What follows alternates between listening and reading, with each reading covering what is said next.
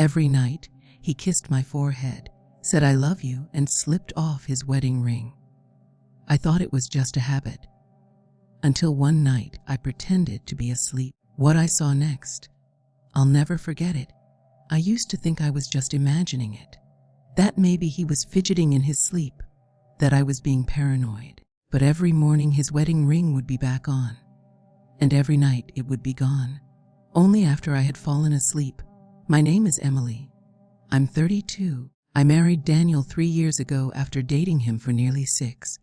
He was thoughtful, quiet, and consistent. Maybe too consistent. The kind of man who always washed his hands before dinner, kissed me goodnight at the same time every night, and said, I love you. Like he was checking it off a list. But love isn't a habit. It's a feeling. And something in me stopped feeling it, long before I understood why. The first time I noticed the ring missing, I told myself it probably slipped off in bed. But it kept happening, night after night, always after I fell asleep, and always back on his finger by morning. I asked him about it once. He laughed, said, I take it off sometimes when I sleep. It feels tight. That made sense. Until I found it one night, not on the nightstand, but in his coat pocket, a coat he wore to work, a coat he never took off around me. So I started watching more closely, pretending to fall asleep before him, listening to his movements, and one night I saw it. He waited, watched me, then carefully slid off the ring and placed it in his bag. Not the nightstand, not the drawer, his work bag. My chest tightened, my body screamed react, but I stayed still, eyes closed, heartbroken. The next morning, I searched his bag. The ring was there, next to a travel toothbrush, cologne, and a second phone. That second phone, it had no lock, no wallpaper, just a list of names, all saved under fake ones. Names like plumber, gin HR, bank. But the messages, they weren't about business. They were about hotel rooms, late night visits, and lies. So many lies. I spent days pretending I didn't know. But every word he spoke felt like glass in my throat. I wasn't sleeping. I wasn't eating, and I wasn't sure how to breathe around him anymore. I took photos of everything. The texts, the call logs, the photos he sent them. I wasn't just preparing to confront him. I was preparing to walk away. Then one night I waited until he fell asleep. I slid the ring off his finger and placed it on the table between us. When he woke up, he saw it, sitting alone in the morning light. What's this? He asked. I looked him in the eyes for the first time in days, and I whispered, now it's your turn to explain. He didn't speak. Not right away, because the truth doesn't come easy when you've built your whole life on a lie. I didn't wait for his excuses. I had already packed my bags. That morning, I left with my dignity, my proof, and my name.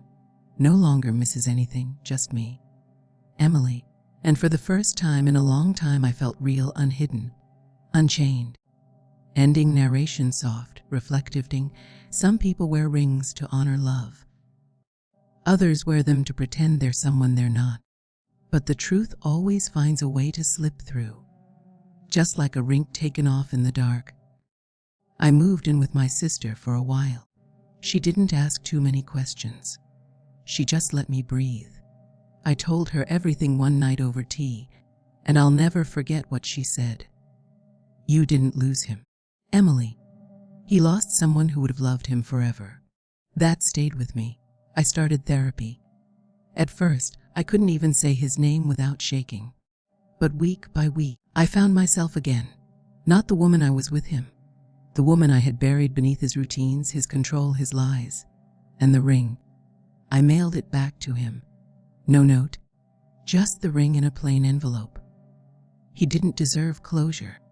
He didn't even try to reach out after that.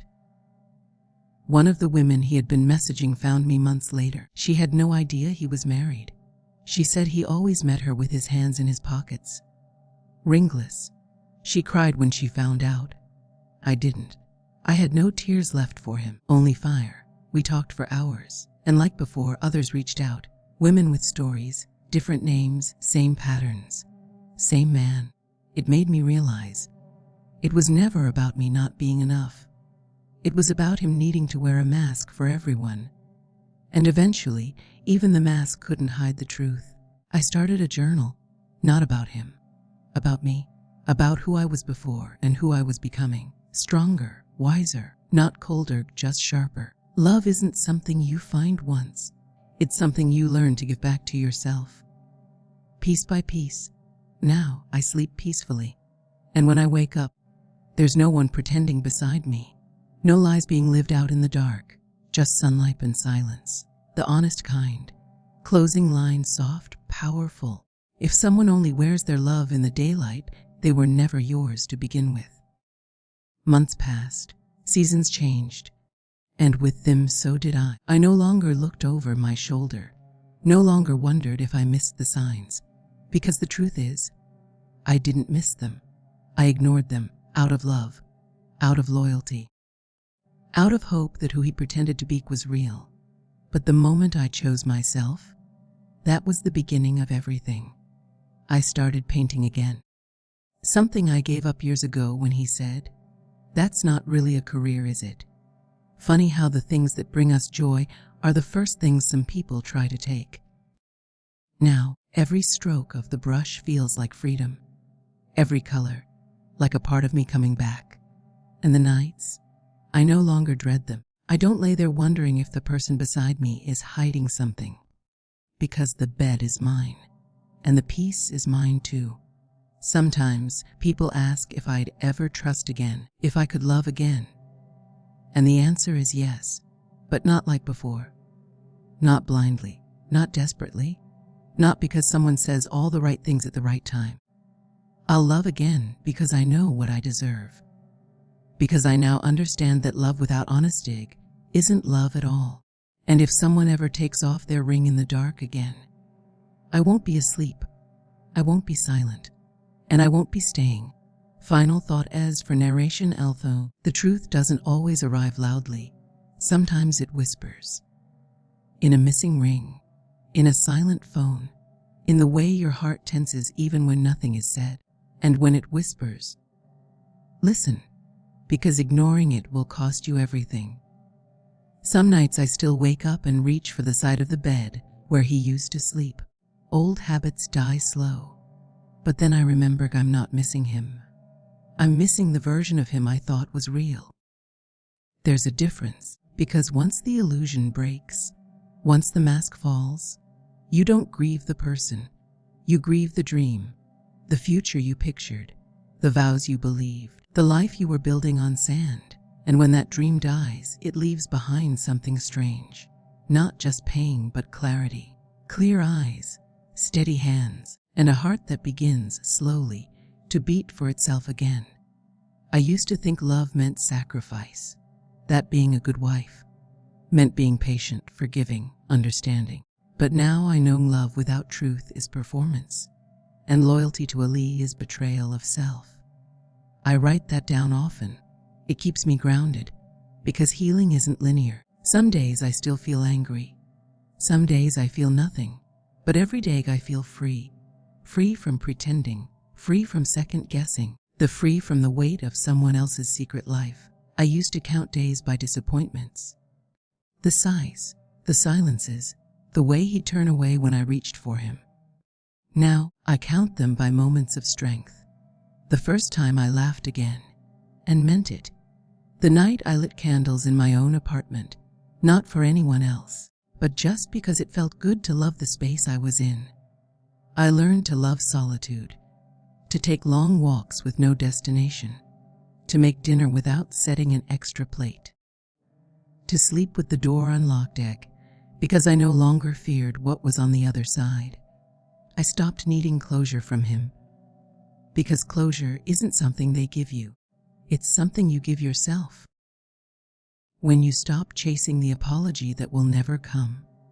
And as for his ring, the one he took off when he thought I couldn't see, that ring now sits in a drawer, not as a reminder of pain, but of how far I've come. A symbol of what I survived, what I escaped, and what I'll never settle for again. Final narration. They say a ring is a circle, no beginning, no end. But not every circle means forever. Some are just cyclists of lies, of silence, of pretending. And when you break the cycle, you don't lose love. You make room for the kind that doesn't hide in the dark. Some days, I still catch myself reaching for the version of him I believed in. The man who held my hand in public but hid it in private. But healing taught me something. Silence speaks. A missing ring at night is louder than vows whispered in daylight. I stopped chasing the why and started embracing the what's next. Now, I light candles for peace, not apology. I sleep without wondering who he's texting. I don't need a ring to feel whole. I just needed the truth and the courage to walk away from the lie. Love should never need darkness to survive. And if someone only wears commitment when the lights are on, it was never love. It was theater. There's a kind of freedom that comes after heartbreak. Not loud, not sudden, but slow, like morning light through closed blinds. I stopped looking for him in old photos. Stopped trying to decode the lies in his smile. Instead, I started rebuilding. Not to prove anything, but to remember who I was before the silence, before the secrets. I planted new routines, quiet joys, honest conversations. And with each day, the ring he hid became less important, and the truth I found became everything. Because real love doesn't live in the shadows. It shows up. It stays, and it never slips off in the dark. I used to think healing would feel like revenge. That one day he'd see me happy and regret it all. But healing isn't about being seen. It's about seeing yourself again. I started smiling in mirrors, not because someone was watching, but because I finally believed I deserved to. The lies he told no longer echo in my mind. The silence in my room is no longer empty. It's peaceful. He took off his ring in the dark, but I wear my truth in the light. And that truth, it set me free, not from him. From the version of me who thought she had to settle for half-hearted love. I don't miss the man. I miss the woman I used to be, and now I'm becoming her again. In the end, it wasn't about the ring. It wasn't even about the lies. It was about the quiet ways we abandon ourselves when we stay with someone who keeps secrets in the dark. But here's what I know now. You can't build forever with someone who only shows up in the daylight. Love doesn't hide. Respect doesn't disappear when the lights go out. What he took off each night wasn't just a ring. It was the promise he made. And what I walked away with it was the promise I finally made to myself. To never shrink, to never settle, to never sleep beside someone who wears honesty like a costume. Because real love, the kind that stays, never has to be taken off when no one's watching. And that's the kind of love I'm waiting for.